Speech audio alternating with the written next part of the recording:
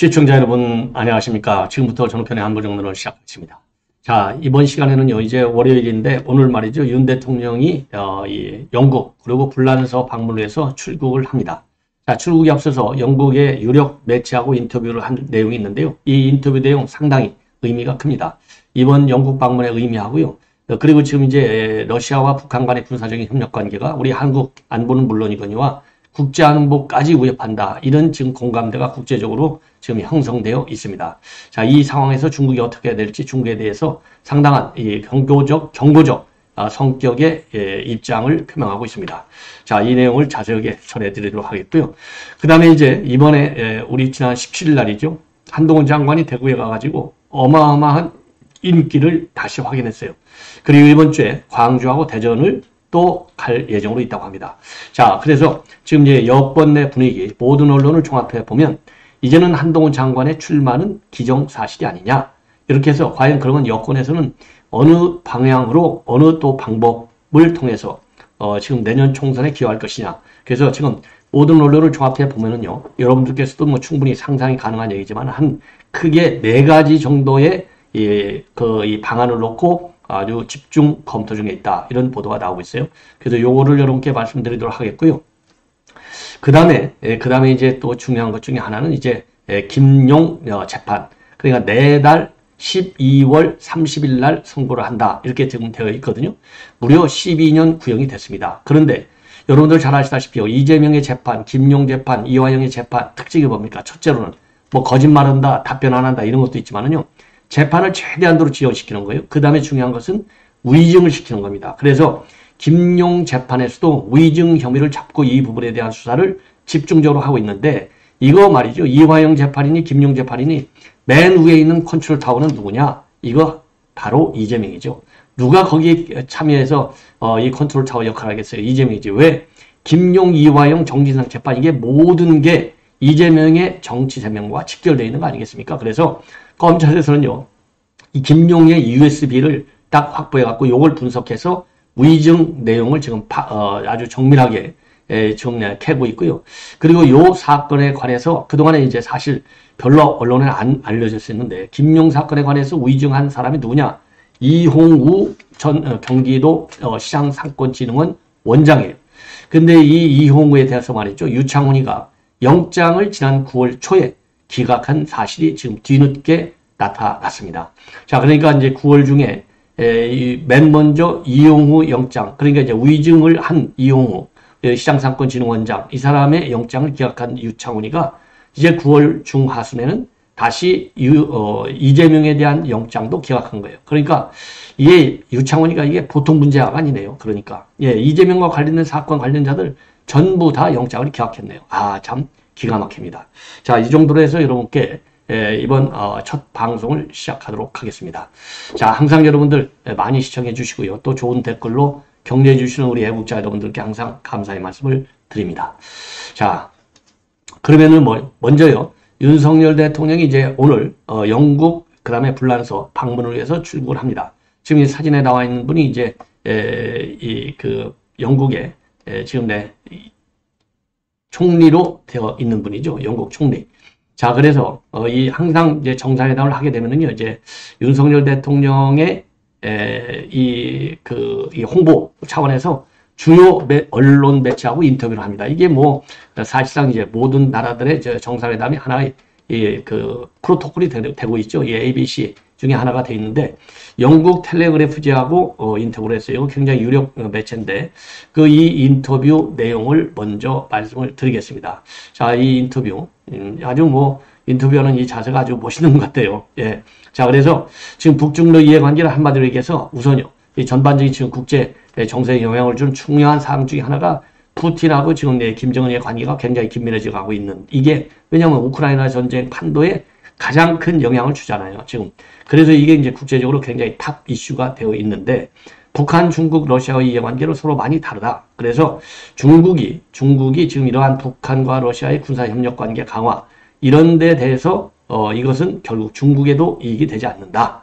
이러한 입장을 내놨습니다.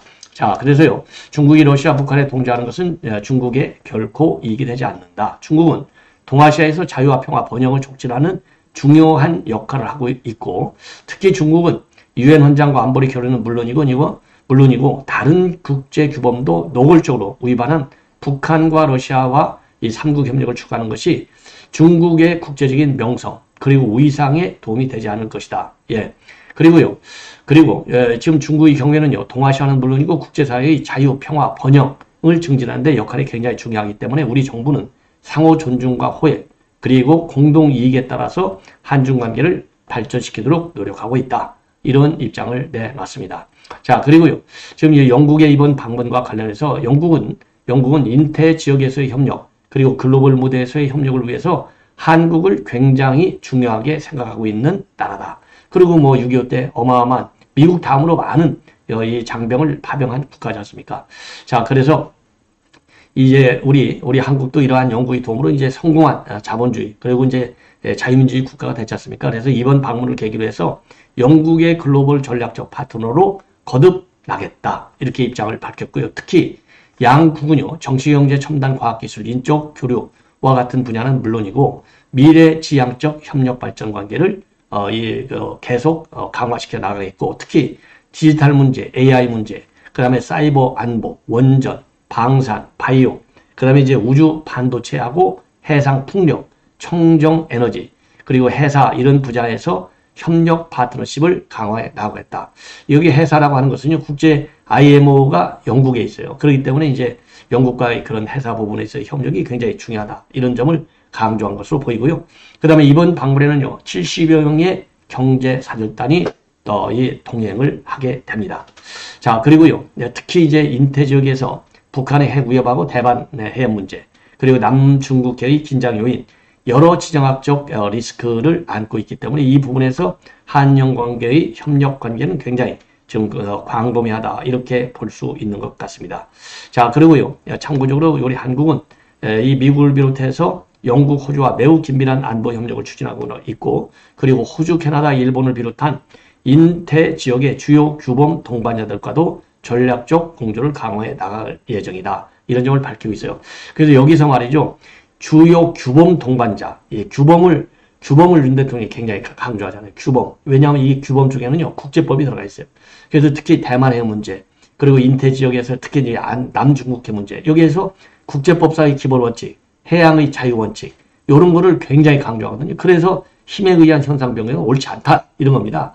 그렇기 때문에 윤 대통령이 법치주의를 강조하는 것처럼 국제 무대에서는 이 법치라는 말, 국제 관계에서 법치, 이거는 좀 덜 통하잖아요. 이 법치라고 하는 개념은 이제 국내 정치적인 맥락에서 나오는 얘기니까. 그래서 이 국내 정치에서 이 법치 개념이 국제 관계에서 윤 대통령의 정상 외교에서는 국제 규범이 곧 법치다. 그러니까 국제법을 지켜라 이거예요. 그러니까 힘을 갖고 함부로 무력 침공하는 거, 이거 용납 안 한다. 이런 점을 다시 한번 강조하고 있는 점이 특징이 아닌가, 이렇게 생각이 듭니다. 예. 그리고 이번에 영국에 가서 말이죠, 영국 의회에서 영어로 연설합니다. 21일 날 현지 시각으로 연설을 해요. 그리고 이제 영국 수낙 총리, 아까 이제 여러분들 이제 보여드린 것처럼 이 수낙 총리하고 또 이 정상회담을 하게 되고요. 그 영국에서는 지금 42초짜리의 홍보 영상이 영국 시내에서 계속 돌고 있습니다. 그리고 23일 날 파리로 이동해서 25일까지 엑스포 유치 활동을 벌일 예정으로 있습니다. 자, 이 정도로 해서 윤 대통령의 해외 순방 관련 뉴스는 이걸로 말씀을 드리고, 그 다음에는요, 이제 한동훈 장관 이번에 17일 날 대구를 방문했는데 여기에서 아주 열광적 지지가 이제 확인이 된 것이죠. 자, 그리고 이번에 이제 이 한동훈 장관의 대구 방문 완전히 성공했지 않습니까? 그래서 과거에 이 문재인 정권 때의 장관들이 똑같은 스마일 센터를 가지고 있으니까, 이게 법무부 산하기관이니까 말이죠. 이 사람들이 돌 때는 아주 조용했어요. 아주 조용했는데 이번에 이제 한동훈 장관이 대거 이 열기를 확인하니까 민주당에서 비상이 걸려갖고, 아니 총선 벌써 만나고 돌아다니느냐, 이렇게 이제 강선우가 말이죠, 강선우 대변인이 기자회견을 통해서까지 한동훈 장관을 지금 직격하고 나섰습니다. 급하다 이거죠. 예, 그래서 이번 주에 21일 날 대전, 24일 날은 울산을 방문할 예정으로 있고, 또 앞으로 이런 지방 방문 일정을 대대적으로 늘릴 예정으로 있다고 합니다. 자, 그래서요, 지금 전반적인 분위기, 한동훈 장관이 이제 내년 총선 출마하는 것은 맞다, 이제 기정사실로 되어 있어요. 자, 그러면 어떤 방법으로 이 정치권에 대비를 할 것이냐. 방법론을 가지고 지금 여권에서 계속해서 지금 고민 중에 있다. 이런 보도가 나온 지 오래입니다. 자, 그래서 요거를 갖다가 이제 하나로 오늘 종합적으로 이제 여러분들께 정리해 드리면요. 이거 뭐 누구나 다 상상할 수 있는 얘기지만 우선 지금 수도권이 굉장히 우리가 국민이면 어렵다 이겁니다. 그래서 수도권 의석수가 무려 119개인데 119개면은요. 전체 지역구 의석의 절반이잖아요. 어마어마한 거예요. 자, 그런데 현재 우리 국민의힘이 몇 석을 갖고 있느냐? 17석밖에 못 갖고 있어요. 이거 황교안이고 김영우라는 인간들이 다 망쳐놨지 않습니까? 자, 그래서 수도권 선거를 이겨야만이 내년 그 총선에서 우리가 사실상 승리하는 거가 아니냐. 그래서 수도권 출마가 제일 좋다. 이렇게 이제 지금 거론을 하고 있다는 거예요. 더군다나 이번에 강서 선거에서 우리가 17% 졌잖아요. 그러다 보니까 수도권 위기론이 아주 급등한 바 있기 때문에 수도권을 수도권에서 바람몰이를 해야 될 것이 아니냐. 이게 이제 첫 번째 시나리오 중에 하나고요. 두 번째 시나리오는 이제 자객 공천하는 겁니다. 왜냐? 한동훈 장관이 민주당 의원들 지금 이제 국회만 나오면 다 한마디로 그냥 완패를 시켜버리잖아요. 그래서 이 투쟁 능력, 대야 투쟁 능력 현 여권 인사 중에서 한동훈 장관을 따라갈 만한 사람이 없다는 것이죠. 자, 그래서 이러한 한동훈 장관의 대야 전투력을 그대로 총선에서 이어받아야 될 것 아니냐. 그러면은 지금 야권에서 빅보이스 역할하는 이 무대뽀, 막말 대가들, 제일 막말 대가 중에 하나가 정청래, 그 다음에 이제 안민석, 정청래는 맞벌이고 안민석이는 오산이 되게 있습니다. 여기에다가 자객 공천해야 될 것이 아니냐. 그래서 판을 좀 바꾸자. 이런 안이 이제 두 번째 아니고요. 그게 아니고 비례대표 결국 순번 마지막 데드라인에 딱 배치해놓고 승부수를 던진다는 겁니다. 그리고서 한 군데만 이렇게 묶이지 않고 전국을 돌아다니면서 선거를 지휘하도록 하는 이렇게 해서 이제 한동훈 장관의 이 간판 스타의 영향력을 전국적으로 활용하는 이런 방법이 낫지 않느냐. 이렇게 지금 이 세 번째 안으로 나오고 있어요. 자, 그래서 지역구 대신에 그러니까 비례대표로 간다는 겁니다.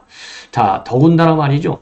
이제 지난 총선 때와 같이 위성 정당을 만약에 허용하는 이 선거법이 그대로 간다면 위성 정당이 나온다면 현재 거론되고 있는 조추송 이 신당의 한동훈 장관이 맞불을 놓을 가능성도 있다. 이런 얘기까지 나오고 있어요. 그리고 마지막 네 번째 안은 바로 뭐냐? 아예 총선 안 나가는 겁니다. 총선 나가지 않고 그냥 가만히 있어서 대선으로 바로 준비한다는 겁니다. 자, 왜냐? 이재명이 언제 국회의원 해봤어요? 안 해봤잖아요.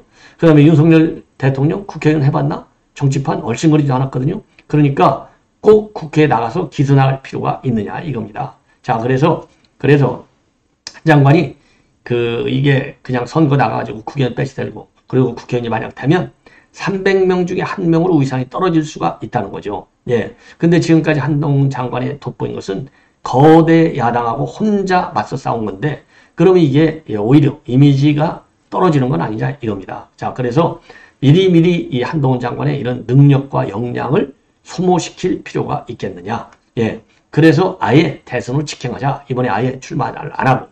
그러면서 총리라고 하는 자리를 통해서 이 국정 운영 능력을 보여주는 것이 낫지 않겠느냐. 요런 얘기까지도 나오고 있다고 합니다. 자, 그런데 뭐 여러분들 생각은 어떤지 모르지만요. 저의 생각은 그렇습니다. 첫째로는 한 장관의 능력을 이용하는 건 맞아요. 그러나 정치적인 리스크를 크게 안는 방법은 좋지 않다. 어쨌든 한동훈 장관이 살려야 돼요. 자, 그러면 국회의원, 대선 주자가 완화부댐 300명 중에 국회의원 뺐다고 저는 그렇게 생각 안 해요. 그러면은 문재인은 완화부댐 안 했나요? 다 완화부댐이죠. YS 완화부댐 안 했나요? DJ, JP 다 완화부댐이죠. 자, 그런데 300명, 200명 중에 1명인 건 맞는데 정치적인 웨이트가 완전히 다르다. 대선 주자로서의 배지를 다루고 있는 사람하고 아닌 사람하고 그러니까 여러분들 국회의원 했다고 국회의원이 법률적으로는 보면 상임위원장들은 장관급 대우를 해주지만 프로토콜. 그 다음에 일반 의원은 차관급 대우거든요. 그러면 국회의원들이 정부 대통령실 갈 때 전부 차관급 수석 자리 갑니까? 아니잖아요. 1급 비서관 자리도 가고 선임행정관 자리도 가요. 그 국회의원의 과거 경력 이런 것들이 공직사에 들어오면 공직사회는 계급사회지 않습니까? 깐깐하게 따집니다. 지금 현재도 대통령 시대 비서관 선임행정관 했던 국회의원들이 있지 않습니까? 그렇기 때문에 그냥 국회의원 빼시라니까 너희들은 다 똑같아. 물론 법률적으로는 똑같죠. 헌법기구니까. 똑같지만은 공무원 계급하고 비교하고 해서 어떤 한다. 그러면은요, 하늘과 땅 사이입니다. 그래서 완오브 데이비 때문에 나가서 체력 소모할 필요 없다. 요거는 저는, 의미가, 그렇게 생각하는 건 아니고, 무조건으로 저는 나간다. 나가면 안정적으로 국회에 입성할 수 있는 딱 가능성, 안정성을 높여야지 도박하듯이, 이재명이 죄인이 도박하듯이 그런 식으로는 안 된다. 그래서 그러면 안정성을 가려면 지역보다는요. 왜냐하면 지금 선거판이 어떻게 바뀔지 모르잖아요. 그리고 만약에 윤석열 대통령이 지난 대선 때와 마찬가지처럼 이 지지율이 좀 높아서 바람이 있다. 그러니까 지금 지방선거들 싹 다 우리 국민의힘으로 싹 바뀌었잖아요. 바람 때문에. 그런 바람이 일어난다면 리스크 테이킹 하는 것도 좋아요. 예, 오히려 그게 더 선거 자체는 도움이 될 수 있죠. 자, 그런데 내년 4월에 과연 지난 대통령 선거 때와 마찬가지 대통령의 지지 열기가 올라갈 건지 안 갈 건지는 누가 장담할 수 있겠습니까? 그렇지 않습니까? 좀 올라가기는 올라가겠지만. 자, 그렇다 본다면 어떤 특정 지역에 가서 한번 붙는다. 상징성만 가지고. 대선 주자 상징성 종로. 그리고 정청래하고 안민석이 요것들 잡으러 간다. 그게 바로 한동훈 장관의 격을 낮추는 거예요. 정청래하고 안민석이는 우선 인간적 자질이 달라요. 거기에 가는 것 자체가 똥물에 들어가는 거예요. 똥물. 걔네들이 완전히 똥물을 만들어놨는데 거기에 왜 갑니까? 똥물 지금 맞으러. 절대로 저는 격이 아무리 자객공천한다 하더라도 거기에 맞는 다른 우리 국민의힘 후보를 찾아야지 거기에다가 점잖은 능력이 있는, 그러죠? 기본을 지키는 한동훈을 갖다 넣는다? 그러면요, 거기에 완전히 한동훈 장관을 빠뜨리는 거예요. 정청래 우물 속에, 안민석 우물 속에 빠뜨리는 겁니다. 절대 저는 반대입니다. 그래서 저는 안정적 이 비례대표, 가서 전국을 휘젓고 다니자. 이게, 왜냐하면 내년 선거, 여권에서 말이죠. 바람을 못 일으키면 어렵다. 이게 많은 사람들이잖아요. 그러면 지금 여권에서 바람 일으킬 사람이 누가 있어요? 바람 일으킬 사람은 우선 지금 현재 보면은 윤 대통령 본인하고 한동훈 장관밖에 없어요. 근데 대통령은 한계가 있다. 이거 자칫하면 걸리잖아요. 벌써부터 내년 총선 윤석열 대통령 견제 압박하려고 계속해서 어제도 광주에서 말이죠. 이처럼의 이 인간들이 김용민이 최강욱이 요런 인간들이 민영배가 탄핵해야 된다. 탄핵해야 된다. 반윤연대, 반윤정천대 요거를 들고 나왔잖아요. 여기에 우리가 말려드는 거예요. 그러니까 윤 대통령은 하는 바람을 일으키기가 어려워요. 대통령으로서의 어떤 국정운영 이런 챙기는 과정에서 자연스럽게 그게 이제 바람이 일어나면 좋지만 선거를 의식해갖고 지나치게 이거는 위험하다 이 말이에요. 그러기 때문에 여권에서 지금 김기현 대표가 바람 일으킬 수 있습니까? 바람 못 일으키잖아요, 지금. 이뇨한이가 또 너무나 많이 때려놔가지고, 그러지 않아도 김기현 대표 좀 쩔뚝쩔뚝하고 있는데, 어렵다. 저는 그렇게 봅니다. 그러면 한동훈 장관 이외에는 바람 일으킬 사람이 없어요. 그래서 바람을 전국적으로 일으키려면, 저는 반드시 비례대표. 아니, 황교안이가 김용한테 작전에 말려 들어갔고, 종래 나왔고 바보 됐잖아요. 정치 내년에 나올 수 있겠어요? 어림도 없잖아요. 대선 나오고 무슨 당 대표 나오고 스스로 완전히 구겨버렸잖아요. 참 능력이 없는 사람인데, 그래서 지금 한동훈 장관은 저는 비례대표 말번 정도에 갖다 놓고 한번 쪼는 겁니다. 그 이상 이하도 없다. 이렇게 저는 판단이 되고요. 선대위원장? 물론 좋죠. 그런데 선대위원장보다는 비례대표로 뛰고 꼭 선대위 무슨 위원장, 그리고 선대위원장 한두 명 만든 게 아니니까 그거야 또 관계가 없겠죠. 선대위원장. 그런데 그러면 그게 또 완오브 댐이죠. 선대위원장보다 하나 더 높은 자리 이름을 하나 멋있게 만들어갖고. 그런데 한동훈 장관은요, 선거와 관련된 관련 위원회 대체 캠프에 무슨 특별한 이름 갖고 승부를 걸 단계는 이미 지났다. 그 정도 입지는 이미 다 만들어놨다. 이렇게 봅니다. 자, 이 정도로 말씀을 드리고 이제는 김용 이 내용이 굉장히 중요합니다. 김용. 요게 여러분들 잘 아시다시피 이제 8억 4,700만 원 받아먹은 거. 요걸로 지금 이 걸려 있지 않습니까? 그런데 여기에 말이죠. 지금 의증을 교사했어요. 누가 의증을 교사했겠어요? 당연히 김용이가 했겠죠. 누구를 시켜서 변호인을 시켜서 한 거죠. 그럼 김용이 혼자 했겠느냐? 아이고 천만의 말씀.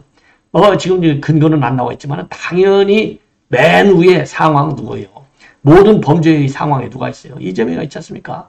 똑같아요. 자, 의증하라. 이게 누굽니까? 이재명이가 맨 위에 있어갖고 이화영 쪽에도 의증. 그렇죠? 사법방해. 그 다음에 김용 쪽에도 사법방해 의증. 정진상 쪽은 아직 안 나왔지만 정진상에도 나올 거예요. 이제 다 이렇게 해서 컨트롤 키를 가지고 모든 재판은 지연시키고 모든 재판은 의증하고 모든 재판은 다 무죄 나오고 그래서 이재명이도 무죄다. 요 시나리오대로 지금 가고 있는 건데 덜컥덜컥 걸리는 거예요. 자, 그래서 지금 이제 맨 먼저 걸린 게 뭡니까? 본인의 위증. 뭐예요? KBS PD 사칭. 이거지 않습니까? 그 다음에 김용 재판에서 위증. 이거 딱 이미 걸렸잖아요. 그래서 이 위증 교사가 이제 걸린 거예요. 자, 누구한테 걸렸느냐? 이 본인의 이 위증 교사는 KBS PD 사칭 사건과 관련해서 김진선, 김병량 수행비서. 이거 본인이 이실직고했잖아요. 양심선언했잖아요. 이재명한테 위증을 하고 지시를 받았어. 아예 녹취록까지 다 까버렸잖아요. 예. 법정에서까지. 끝난 거예요, 이거. 그러니까 총선 전에, 이재명이가 총선 전에 요걸로 해서 법정 구속될 수 있다. 이러한, 지금 온라인 글들이 대서특필되고 있어요. 그리고 이제 한동훈 장관의 우연정당, 그리고 이제 정당 해산, 요런 것까지도 지금 맞불작전으로 나오고 있지 않습니까? 그런 것처럼 지금 이제 이재명이는 말이죠. 이런 위증 교사가 결정탄을 날려가지고 이건 재판도 쉬우니까 법정 구속된다. 이런 얘기가 나오고 있다는 건 뭐 여러분들 아시죠? 예. 제가 어제 밤에도 사실 이 말씀을 드리다가 시간 관계상 못 듣는데 지금 제가 말씀을 드리는 겁니다. 그러면 김용 재판도 마찬가지라는 겁니다. 위증 교사 정황을 찾았는데 어디서 집중적으로 찾았느냐? 바로 김용의 이 핸드폰. 여기 김용의 죄송합니다. USB. 김용희가 가지고 있는 USB. 여기에서 아주 많은 이 근거를 가지고 있다는 겁니다. 이 압수수색을 통해서 김용 거 뭐 이것저것 다 가지고 갔잖아요. 검찰에서. 이 김용의 USB에 이게 다 나와 있대. 그럼 누구를 위증교사를 했느냐? 바로 이 인간. 대단한 인간이다. 자, 그래서 이게 말이죠. 결론 먼저 말씀드리면 경기도 시장 상권진흥원 원장, 이름도 길어요. 원장 이홍우가 위증을 한 거예요. 자, 그래서 이재명 재판하고 비교를 해보면 이재명이도 바로 지 측근들을 갖다가 위증을 시켰는데 이 사람이 법원에서 인정을 했어요. 그런 것처럼 이홍우도 법정에서 검찰에서 내가 위증했다 인정을 했어요. 그래서 지금 검찰에서는 이 변호인들이 다 끼어들어갔거든요. 변호인 2명이 위증 교사에 변호인들이 개입했다. 이 단서를 잡고 지금 수사에 속도를 내고 있다. 그래서 쉽게 얘기하면요. 김용 요 도표 하나를 보시면 아주 쉽게 이해할 수 있어요. 불법 정치자금 8억 4,700만 원을 받고 1심 재판이 진행 중에 있는데 징역 12년을 구형했고 30일 날 1심 선고가 예정되어 있어요. 이거 지금 보석으로 풀려나는데 법정 구속해야죠. 전부 법정 구속해야 돼요. 이재명도 법정 구속, 정진상이도 법정 구속, 그 다음에 김용도 법정 구속해야 돼요. 왜? 전부 풀려났잖아요. 이재명이가 뭐 처음부터 구속이 안 됐고. 자, 이 증인 이모 씨가 이홍우로 추정이 됩니다. 그래서 지난 5월 재판에서 인정을 했어요. 자, 지난 5월 재판에서 죄송합니다. 알리바이가 김씨 알리바이. 그러니까 이게 김용희가 어디서 돈 받았죠? 유동규 사무실, 비료 사무실에 가서 돈을 받았잖아요. 쇼핑백. 요거를 갖다가 남욱이가 다 받잖아요. 정민영 변호사 이런 사람들이. 자, 그런데 위증을 인정을 지난 9월 달 영장심질 심사할 때 인정을 했어요. 그래가지고 유창훈이가 이 영장을 기각한 겁니다. 이때. 근데 그때만 해도 유창훈이가 그렇게 많이 안 알려져 있어요. 이번에 이제 이재명 영장 기각하면서 이제 전국적인 인물로 떠오르는 것이죠. 자, 근데 그때 이제 이재명하고 김용하고 이제 근량이 다르니까도 그렇고. 그리고 이제, 그래서 그때는 하더라도 영장 기각된 거가 별로, 이 언론의 주목을 못 받았습니다. 근데 지금 보니까 요때 영장을 또 기각한 겁니다. 자, 그런데 요때 영장 실질을 봤을 때 제가 위증을 했습니다. 라고 인정을 했어요. 다 그러니까 법원에서 인정하는 겁니다. 이거 KBS 비딩도 법원에서. 그 다음에 이 증인 이용우도 법원에서. 그러면 이용우 이 위증을 한 사람이 누구냐? 이게 위증을 한 사람은 제가 자세히 말씀드릴게요. 이거 아주 참 희한한 인물. 민노총 사무총장 출신이고 정의당에서 경기지사 후보로까지 뛴 사람이에요. 자, 그리고 이 변호인이 또 여기에 개입한 물증을 잡고 지금 수사 중에 있어요. 변호인. 그래서 위증교사 혐의로 압수수색을 받아서 지난 8월 달에 이걸 집행을 했고요. 그리고 이제 이 재판정에서 걸린 건데 그 증인한테 그러니까 이용한테 전화한 건 맞아. 그런데 내가 위증을 하고 전화한 게 아니야.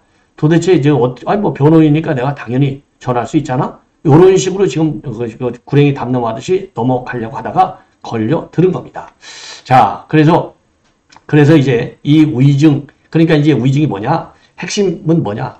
자, 이 알리바이를 만드는 거예요. 그래서 유동규 방에서 돈을 받은 시간에 이 이용우 지 사무실에 있었다는 겁니다.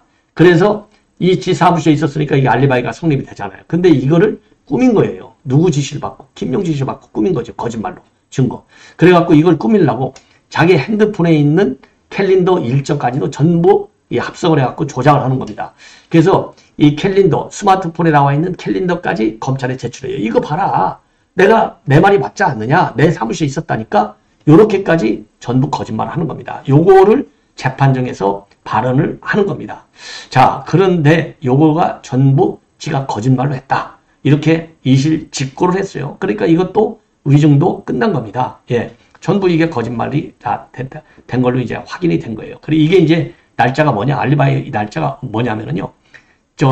그러니까 이게 이제 유동규 사무실에서 그때 받은 돈은 딱 1억이에요. 받았는데 2021년도 이게 5월 3일 날입니다. 예.